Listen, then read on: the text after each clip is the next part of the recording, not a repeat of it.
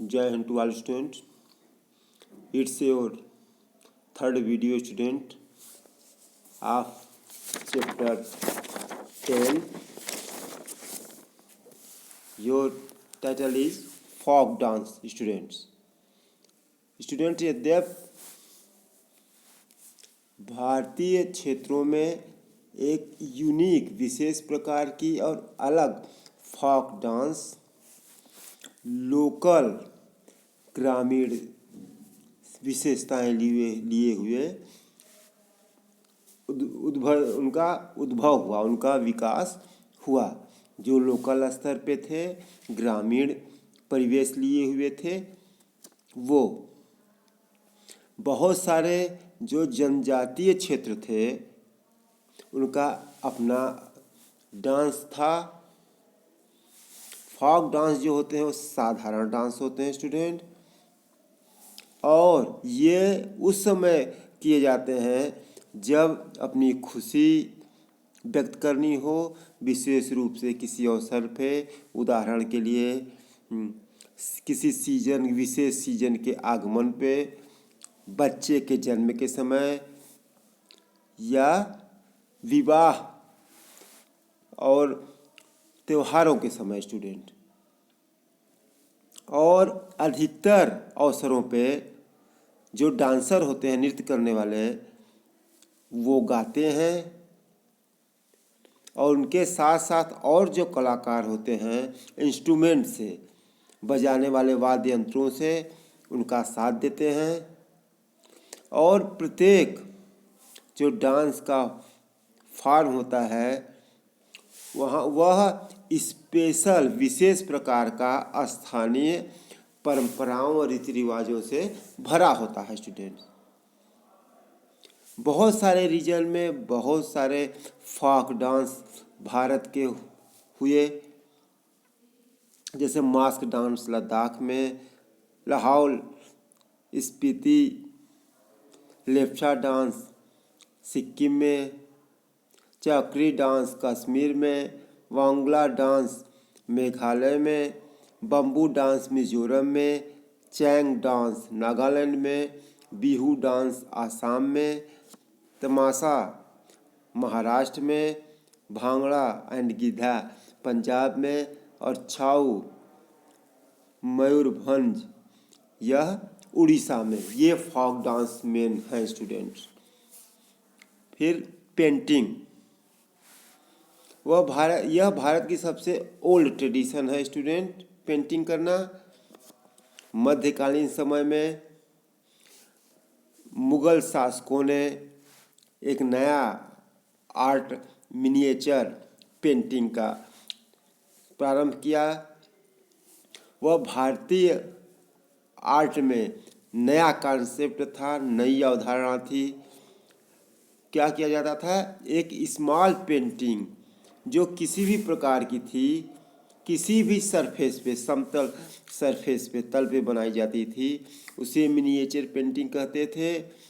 जो मुगल पेंटिंग थी वो मेटेरियलिस्टिक एस्पेक्ट, मेटेरियलिस्टिक अवधारणा को स्वीकार किए हुए थी, और यह कोर्ट लाइफ, दरबार में जो राजाओं के जीवन हुआ करते थे, उन लोगों के किस तरीके के, उस थीम पे आधारित हुआ करती थी।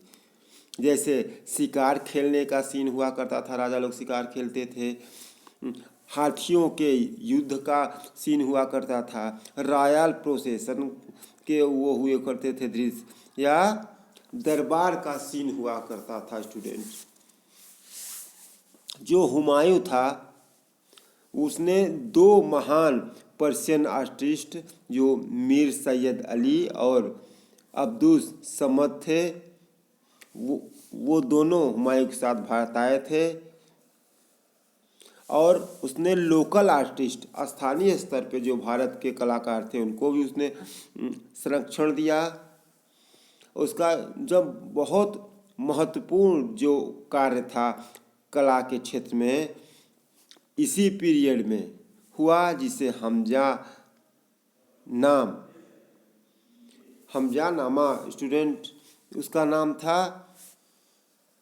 वह करीब करीब इसमें 1200 पेंटिंग शामिल थी और यह बोल्ड और अलग अलग प्रकार के रंगों से भरी हुई पेंटिंग थी student.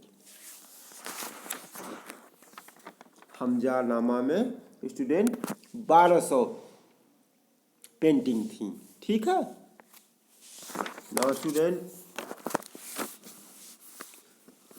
Impressive illustration given in the work of Abdul Fazal, मतलब अब्दुल फजल जो थे उनका कार्य, उन्होंने एक प्रभावित वर्णन किया और जो दूसरे क्रॉनिकलर्स थे, मतलब इतिहास लेखक थे अकबर के समय में, उन्होंने अकबर क्या कहते हैं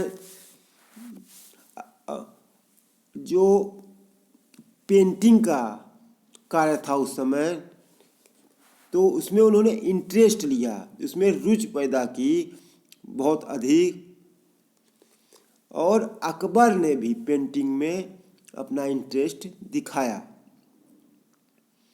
अबुल फजल जो थे उन्होंने 15 पेंटर का नाम इसमें शामिल किया जो हिंदू मुस्लिम दोनों थे, और उन्होंने अपने व्यक्तिगत पेंटिंग के कुशलता को मुगल मिनिएचर में शामिल किया, उसमें अंशदान दिया। जहांगीर के समय में स्टूडेंट एक नया ट्रेंड विकसित हुआ, मुगल शासकों के अतिरिक्त, जो मुगल शासकों में जो पेंटिंग थी उसके अलावा ये पेंटिंग जो थी फीड की जाती थी, चिपकाई जाती थी स्टूडेंट, वो टेक्स्ट के साथ जोड़ करके, कहाँ पे, मनुस्क्रिप्ट जो हुआ करती उस पर जो टेक्स्ट था उसी के साथ इनको फीड किया जाता था, लगा दिया जाता था, जाम किया जाता था। शाहजहाँ के समय में मुगल पेंटर्स जो थे स्टूडेंट, वो समय समय पे यूरोपियन सीन और फिगर को अपने कार्यों में दिखाते थे। जो तकनीक थी लाइट की और शेड की, वह भी इस समय में की जाती थी। जब मुगल डायनेस्टी स्टूडेंट समाप्त हो गई 18th सेंचुरी में, तो जो कोर्ट में, दरबार में संरक्षण था इनका, वह समाप्त हो गया। तब आर्टिस्टों को, कलाकारों को जबरदस्ती नए आश्रयदाता खोजने पड़े।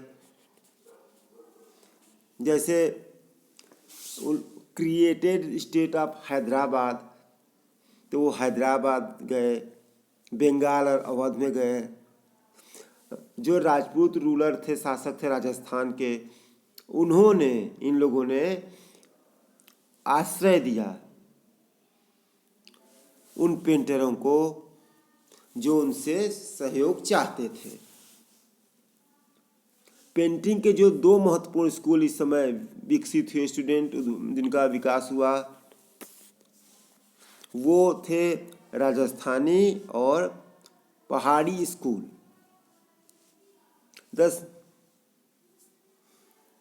और जो इस सब्जेक्ट मैटर था पेंटिंग का, तो इसमें स्टूडेंट क्या का सब पेंटिंग में सब्जेक्ट हुआ करते थे, इपिक्स, महाकाव्य, मैथ्स, पौराणिक कथाएं, और जो लव थीम हुआ करते थे, स्नेह वाले जो वो हुआ थीम हुआ करते थे, उस पे पेंटिंग की जाती थी। और जो स्रोत हुआ करते थे प्रेरणा के, उस समय वो वैष्णविटी ट्रेडिशंस पे आधारित थे स्टूडेंट। अब cultural development in Bengal, Bengal में कैसे सांस्कृतिक विकास हुआ, पॉलिटिकल बैकग्राउंड शीर्षक है। मिडाइवल पीरियड, मध्यकालीन समय जब प्रारंभ हुआ, तो उस समय वहाँ पे पलास नाम का शासक शासन किया करता था। जिसने हिंदुइज्म और बुद्धिज्म को प्रमोट किया, उसके विकास में उसने सहयोग प्रदान किया। और एक मुस्लिम जो थे वो बख्तियार खिलजी जो थे, उनके लीडरशिप में बंगाल में इन लोगों ने प्रवेश किया और जो 13वीं सेंचुरी में 13वीं शताब्दी में शासकीय शक्ति थी उसकी प्रारंभ हुई जब बख्तियार खिलजी ने प्रवेश किया बंगाल में। उस समय स्टूडेंट, यद्यपि उसने शक्ति प्राप्त करने की बहुत कोशिश की अपनी शासन को स्थापित करने का, लेकिन वह बंगाल को अपने कब्जे में लाने में असफल रहा, क्योंकि उसका अभियान था उसको लक्ष्मण सेना ने रोक दिया, जो कि एक महान हिंदू शासक थे। और इनके जो दो मुख्य पुत्र थे स्टूडेंट, वो विक्रमपुर की तरफ चले गए। एक प्लेस वहाँ पे स्थान था वहाँ पे। और यह जो वंश था, यह जो डायनेस्टी थी, वह 13वीं शताब्दी के अंत तक इसने शासन किया स्टूडेंट। और Hindu state continued exist in the south and eastern part of the Bengal till the 1450। मतलब 1450 तक बंगाल के ईस्ट और साउथ एरियाज में हिंदू स्टेट्स कंटिन्यू स्थापित रहे। जैसे देव डायनेस्टी हुई, गणेश डायनेस्टी हुई, जो कि प्रारंभ हुई थी राजा गणेश के साथ 1414 एडी में स्टूडेंट। लेकिन बाद में इनके जो उत्तराधिकारी हुए उन्होंने इस्लाम को स्वीकार कर लिया स्टूडेंट। धीरे धीरे जो सामाजिक ढांचा था वह मुस्लिम सोशल स्ट्रक्चर जो था, मुस्लिमों का जो सामाजिक ढांचा था वह बंगाल में विकसित हुआ 14 और 16 सेंचुरी के बीच में। और बंगाल पे शासक उस समय सुल्तान का हुआ करता था, जो कि दिल्ली से स्वतंत्र शासक था। दिल्ली के राजा के अंतर्गत वह नहीं था। 1586 एडी में 1586 एडी में स्टूडेंट, जब अकबर ने बंगाल को जीता तो पर्शियन लोगों को सब लोगों ने जाना, वो इंट्रोड्यूस्ड हुए लैंग्वेज और एडमिनिस्ट्रेशन के द्वारा। अपने प्रशासन और भाषा के माध्यम से लोगों ने पर्शियन लोगों को जाना। जो बंगाल का व्यापार था और जो संपत्ति थी उसने मुगलों को बहुत अधिक प्रभावित किया, और तब वो लोग यहाँ बंगाल को पैराडाइज ऑफ द नेशन के नाम से कहने लगे, मतलब राष्ट्र का स्वर्ग स्टूडेंट। और जो एडमिनिस्ट्रेशन था उसके लिए मुगल शासक जो था वह अपने दरबार के द्वारा गवर्नर अपॉइंट करता था। और यह व्यवस्था जो थी सेमी इंडिपेंडेंस की थी, मतलब अर्ध स्वतंत्र की थी। और ये 4 डिकेड तक चली। किसके शासन के अंतर्गत स्टूडेंट? नवाब मुर्शिदाबाद के थे उसके अंतर्गत। और जो कि दिल्ली के मुगल शासक से नाम मात्र की स्वतंत्रता प्राप्त किए हुए थे। मुर्शिदाबाद के नवाब स्टूडेंट, बहुत थोड़ी सी इनको स्वतंत्रता थी। 40 वर्षों तक इन्होंने स्वतंत्रता हल्की सी प्राप्त की। The growth of regional language, क्षेत्रीय भाषाओं का विकास। अधिकतर लोग बंगाल के जो थे स्टूडेंट बंगाली बोला करते थे। उसके बाद संस्कृत भाषा का भी विकास हुआ। प्री इस्लामिक पीरियड के समय, इस्लाम के पहले के समय में, और जो संस्कृत भाषा थी वह ब्राह्मण और विद्वानों द्वारा बोली जाती थी। जयदेव एक महान कवि थे जो लक्ष्मण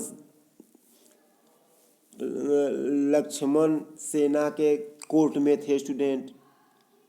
उन्होंने एक नरेटिव में वर्णन करने वाली पोयम लिखी, गीत गोविंद। वो संस्कृत में लिखा था स्टूडेंट उन्होंने। बंगाल में एक क्षेत्रीय भाषा का भी विकास हुआ मध्यकालीन समय में, और इसका परिणाम यह हुआ जो सांस्कृतिक इंटरेक्शन था वो various group of people settled here, मतलब बहुत सारे जो समूह थे अलग अलग लोगों के, उनमें पारस्परिक संबंध स्थानीय भाषा के द्वारा बना, जो कि अलग अलग क्षेत्रों में रहा करते थे। वो लोकल उपभाषाएं बोला करते थे, संस्कृत में लिखा करते थे, और जो ऑफिशियल सरकारी राजाओं की जो भाषाएं थी वो पर्शियन भाषा में कार्य हुआ करता था स्टूडेंट।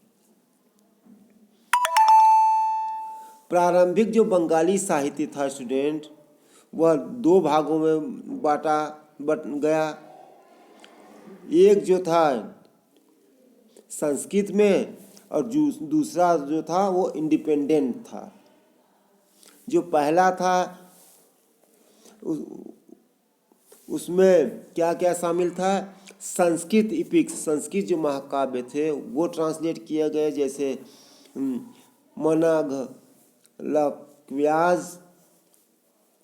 मंगला काव्य इसे कहते हैं। इसमें लिटरेली ऑस्पिशियस पोएम्स थी जो कि स्थानीय स्तर का वर्णन हुआ करता था उनमें, और भक्ति लिटरेचर जो थी, जैसे बायोग्राफी का चैतन्य देव जो कि वैष्णव भक्ति मूवमेंट जो बंगाल में चला उसके नेता थे। और ये जो थे 15 और मिड 18th सेंचुरी, मतलब 15वीं शताब्दी और 18वीं शताब्दी के मध्य के बीच में कंपोज्ड किया गया, लिखा गया। ठीक है student, now friend this video is and. जय हिंद।